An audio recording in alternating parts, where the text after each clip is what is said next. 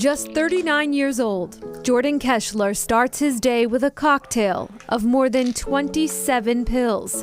But this process he considers a gift, one he wasn't sure he would live to see. You almost get to the point where you don't think the day's going to come. In 2012, Jordan, then 31, was in a Tampa hospital to support his father, David, who was preparing for heart surgery. And while I was there at the hospital, I passed out on the floor. And then that's when they found out that I had factor V Leiden blood disease and the clot. Rushed into surgery to remove 3 clots from his own heart, recovering side by side with his father. And then I ended up in a bed next to him. Jordan would return to his home in upstate New York and live a relatively healthy life alongside his wife, Sonia, until 2018. I did increase in heart function, but yet not to the point where I could just keep living like that. Doctors decided it was time for a heart pump. They implant it into your heart, your existing heart, and it makes the blood flow. After surgery, another setback. Sonia, pregnant with the couple's first child, explains a frightening recovery. He was in a coma for a few days, and all of a sudden, a bunch of white coats are rushing into the room. Somebody came to me and said, "We're from the stroke team." And I said, "Stroke? You know, what do you mean a stroke?" She credits the hope of this moment for helping her husband pull through. Just knowing that he had a daughter on the way, you know, I just feel like that was just an extra push, like, okay, I need to get through this. You know, we would remind him every day, like, you know, baby Charlie is getting bigger, and, you know, just reminding him, like, you have something, you know, to fight for. Jordan was now one of the 3,000 to 4,000 people, on average in the U.S., who wait daily for a heart transplant. And his wait would be long, his blood type rare, and the organ supply falls far short of the demand. His family was aware of those consequences. Jordan would see his father pass away while waiting on the LVAD, the same system now keeping Jordan alive.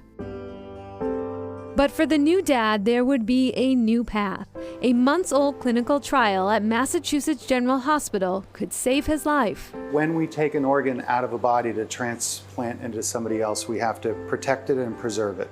And the way we've done that traditionally is what we call iced storage. Giving doctors about 4 hours to transplant an organ. This is what we call the organ care system. Dr. David D'Alessandro is working with this machine to help increase the time and the supply. We can safely keep the organ outside the body for longer, and very importantly, we can assess its function so that we know that it's working well before we put it into our recipient, which can be very important when we're talking about alternative types of donors. In this case, what's known as DCD donors. Either due to prior wishes of the patients themselves, or often the family members decide that they don't want to keep their loved ones alive on life support, and they ask to remove them from life support. And if the patient dies once off life support, we can take the organs out after they've died and resuscitate them on machines. A procedure that has been used with kidneys, livers, and lungs for several years. It's only more recently that we've been using hearts, because the hearts are much more susceptible to injury in that situation. And the heart is an organ that has to work right away.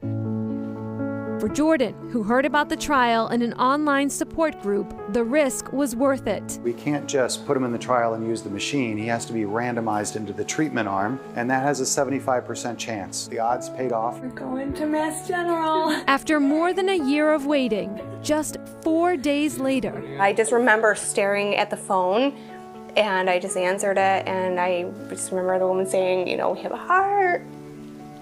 And it was just so surreal. Jordan is now one of fewer than a dozen people living with a DCD heart transplant.